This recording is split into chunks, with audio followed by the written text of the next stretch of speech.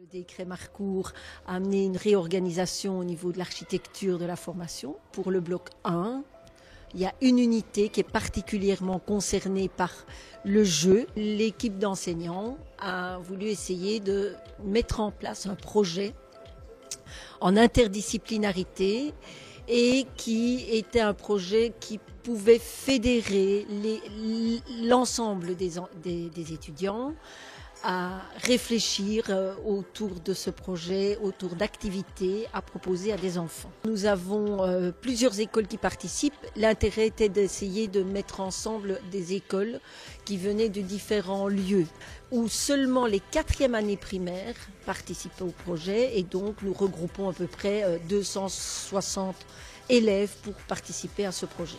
Saint-Benoît-Sarvet, Saint-Barthélemy, Aubel, Institut Notre-Dame du Rosaire, Institut Notre-Dame du Rosaire, Saint-Benoît-Saint-Servais, École du Bac, Saint-Barthélemy, Saint-Jean-Sart, Aubel, Saint-Barthélemy, à Cluse. Les enfants de cet âge-là sont un peu...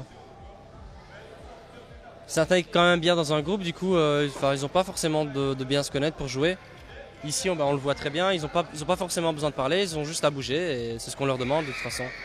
L'idée était de faire en sorte de vivre la différence et en fait l'objectif est quelque part double. D'une part pour les élèves, ça permettait d'aller vers l'autre, de rencontrer l'autre, d'accueillir les singularités.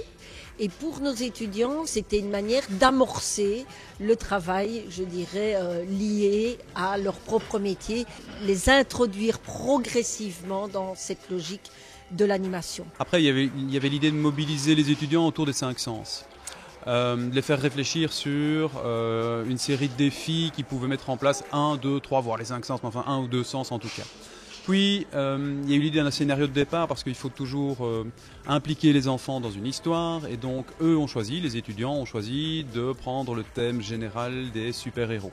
Bon, aujourd'hui, c'est une journée un peu spéciale. On a des enfants qui viennent de milieux complètement différents.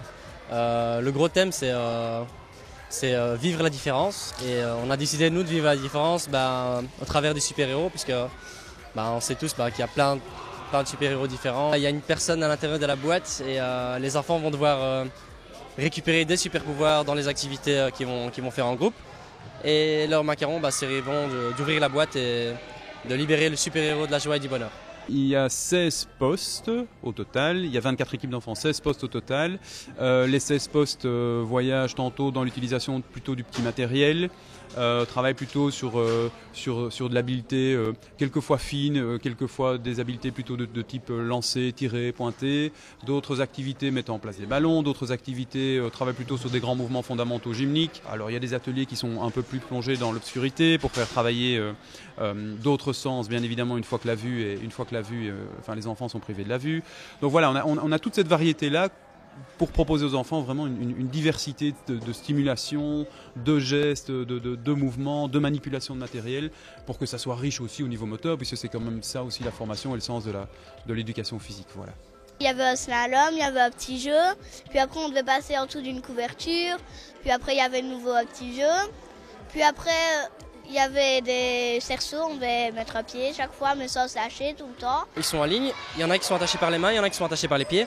Ils doivent se déplacer ensemble et venir s'aligner dans une forme de cerceau. Ils ont plein de balles différentes et ils doivent essayer de tuer le plus de monstres possible ou de bâtiments possible.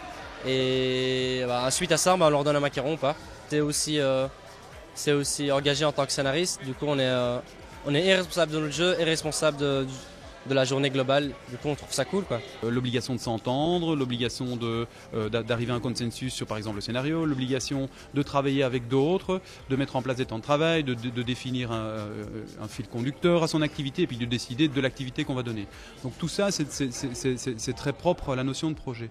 Après, derrière, il y a les compétences qui sont liées effectivement à la prise en charge de groupe. À savoir, il faut prendre les 10 enfants, il faut savoir quand on arrête, il faut tenir un horaire, il faut s'occuper d'enfants qui sont en attente, il faut animer son atelier, et donc là il faut faire preuve de compétences liées à la communication, liées à l'utilisation de son non-verbal, tout ce qui peut servir à un moment donné, le projet, le scénario. Il y a toute la réflexion aussi sur les contenus.